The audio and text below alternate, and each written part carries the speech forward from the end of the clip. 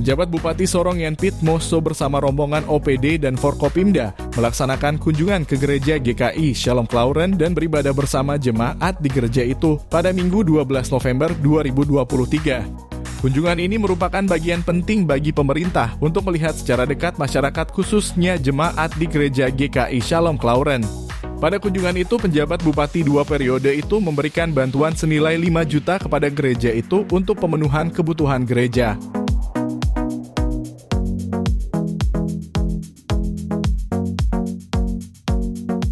Mengucapkan selamat datang dan tiba di jemaat kami dengan penuh selamat. Di sini sebelum kita menyebut pelayan firman Tuhan, saudara-saudara semua, marilah kita akan berdoa untuk pembacaan firman Tuhan dan juga untuk membacanya dan merenungkan pada saat hari ini. Mari kita berdoa.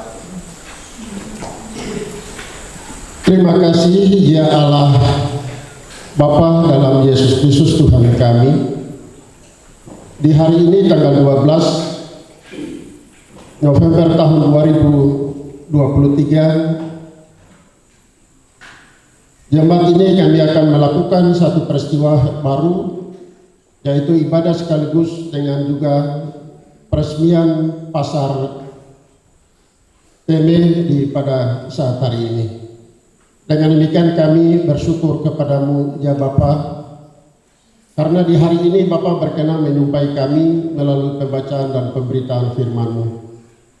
Kami mohon dengan kerendahan hati, kiranya Bapa melengkapi kami dengan Roh Kudus-Mu, agar tubuh, jiwa, dan roh kami layak menerima sabda-Mu, yang menyediakan segala kekurangan kami dan menghiburkan serta menguatkan iman kami di tengah-tengah pergumulan hidup kami sehari-hari. Semoga firman-Mu menjadi terang pada jalan kami, agar kami tidak tergelincir menjadi mangsang-mangsang kuasa kegelapan.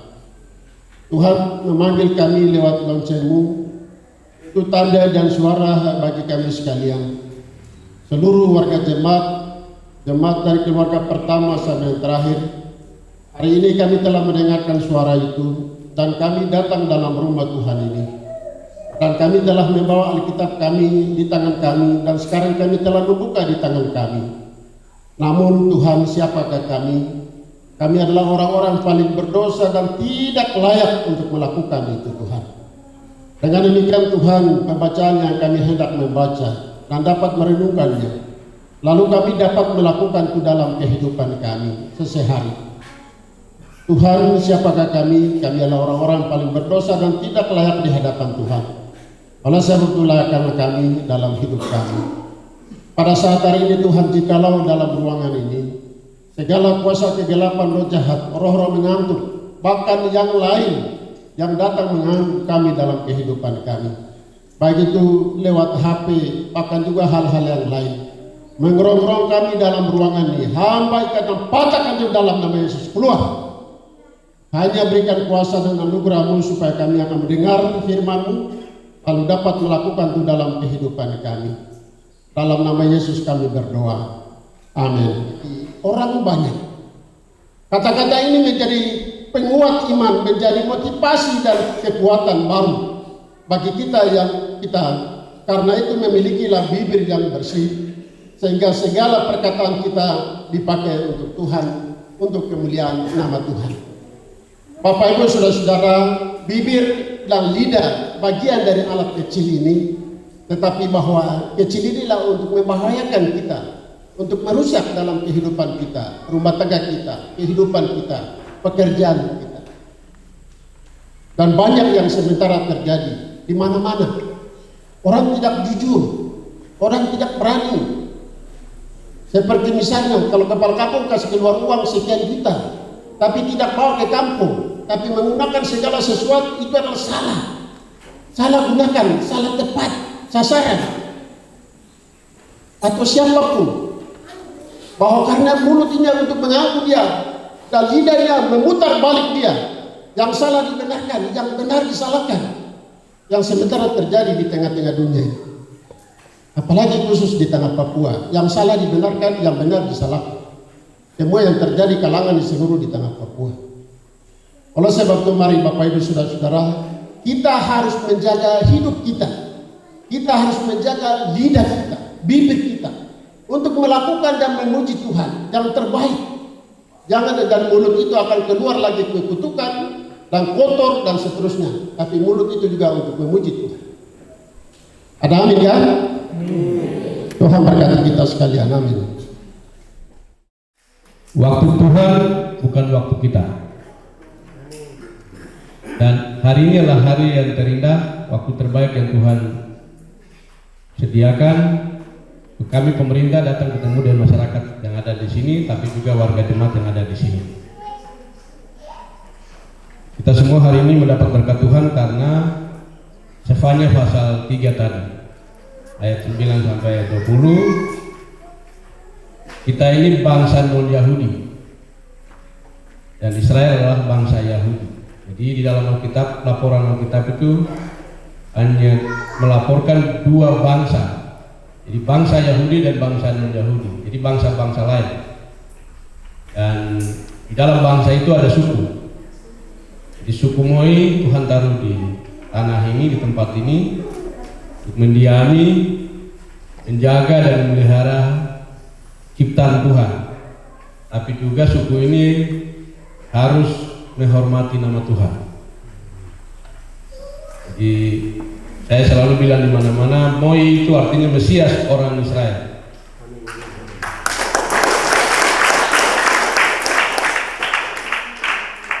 Orang Moi itu tidak banyak bicara, tapi mereka punya kasih yang tulus, kasih yang sangat baik sekali kepada semua orang. Dan itu terpelihara, terjaga dan terawat sampai hari ini. Mereka tidak pernah, ya tadi laporan Alkitab dari pemberitaan firman tadi, ucapan bibir mulut kita untuk menceritakan orang, membenci orang, memaki orang, itu akan mendatangkan dosa. Suku ini tidak pernah bicara orang. Mereka menerima dan menghargai dan menghormati semua orang yang ada hidup bersama-sama dengan mereka. Lebih khusus orang Moi Kelabra Raya. Karena Tuhan taruh di tengah sini untuk jembatan bagi yang dari atas turun dan yang dari bawah naik. Kenapa ada batu payung? Kalau batu payung saja punya batu lubang lagi. Iya. Saudara-saudara sekalian yang Tuhan Yesus kasihi, Gereja Kristen Injil di tanah Papua, GKI Klasis Malamoi, adalah benih Injil yang dimulai dari sejarah pekabaran Injil, penginjil tanggal 27 Oktober 1927, 96 tahun yang lalu.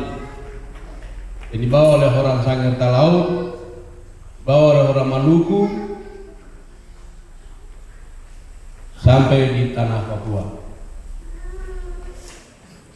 Saya hanya berpesan bahwa wilayah di sini adalah masuk di dalam wilayah hukum Polsek Berau. Ya, Polsek Berau. Ada Pak Kapolsek juga tadi di luar. Dan wilayah Polsek Berau ini ada mencakup 16 distrik. Mencakup wilayah Klamono, Malabotong sampai sini Sakma, sini Kelabra, ya. Sehingga kami berencana menaruh satu atau dua pos nanti akan ke depan jadi polsek, dan kami berharap dukungan dari seluruh masyarakat, mungkin bisa di mana ditaruh pos atau tanah, ya. Kami mohon tanah bagi masyarakat ini untuk dibangunkan suatu kantor pos pengamanan, nanti akan jadi polsektor dan ke depan akan jadi polsek, sehingga wilayah pengawasan dari Polsek Beraur bisa lebih efektif dan masyarakat bisa lebih terlayani dalam hal keamanan. Nah, nanti kita bisa bicara mungkin ada tempat lokasi mana yang seputar wilayah Labra maupun Sarma, dan saya rasa Demak ini juga cukup strategis karena dia di pinggir jalan, bisa masuk ke arah Labra dan bisa masuk ke arah Sarma. Dan terima kasih semua dukungan dari seluruh warga masyarakat atas pelaksanaan menjaga situasi Kamtibmas, dan bersama-sama dengan Polsek Braur dari Polres Sorong bisa berdampingan, bekerja sama dalam rangka menjalin silaturahmi dan Kamtibmas tetap terjaga. Terima kasih, demikian dari saya, lebih kurang saya mohon maaf. Salam.